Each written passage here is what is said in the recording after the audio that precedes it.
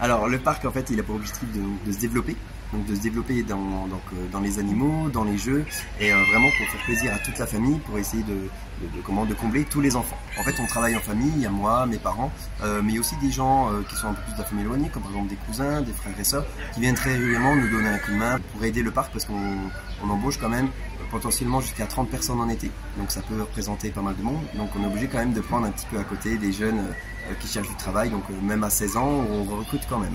Alors en fait on va avoir des animations différentes. On va avoir des animations pour Pâques, des animations pour l'été ou alors des animations pour Halloween. Pour cet été par exemple on va avoir la visite guidée des animaux. Donc une visite immersive avec les soigneurs. Vous savez qu'ils vont vous présenter tous les animaux dont ils s'occupent. Donc avec des anecdotes un petit peu sur les animaux, des choses un petit peu plus perso qu'ils ont à rajouter de leur point de vue de soigneur. Mais on va avoir aussi le tir au nerf. Donc c'est une activité en fait pour les enfants. Vous savez qu'ils peuvent s'amuser du coup à tirer sur des cibles ou quand le temps le permet faire des batailles de nerfs, donc des batailles avec deux équipes l'une contre l'autre. Après on a toujours les activités phares qu'on va retrouver dans le parc, donc avec structures gonflables, les jeux, les animaux, le cinéma.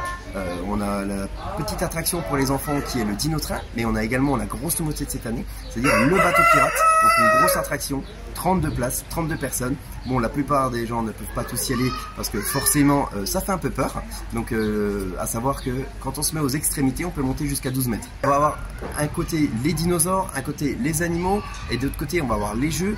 En fait ça va vraiment dépendre de ce que les enfants préfèrent, de ce que les enfants aiment. Nous on a des enfants qui restent toute la journée vers les animaux, qui vont très peu aller aux jeux. On a d'autres enfants qui restent toute la journée dans les jeux et on est obligé de se battre pour aller les amener voir les animaux.